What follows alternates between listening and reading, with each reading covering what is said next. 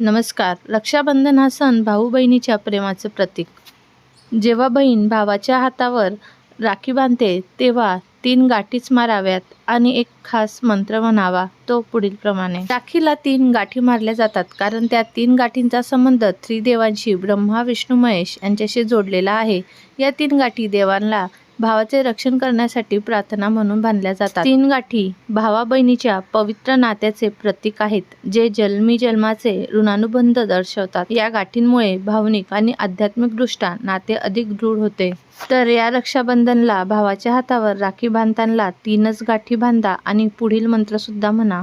येन बंधो बलिराजा दानवेंद्रो महाबला तेन त्वां प्रतिबंधनामि रक्षे माचला. याचा अर्थ, ज्या रक्षासूत्राने महान शक्तिशाली राजा बली बांधले गेले होते, तेच रक्षासूत्र मी तुला बांधते, जे सर्व संकटांपासून तुझे रक्षण करेल.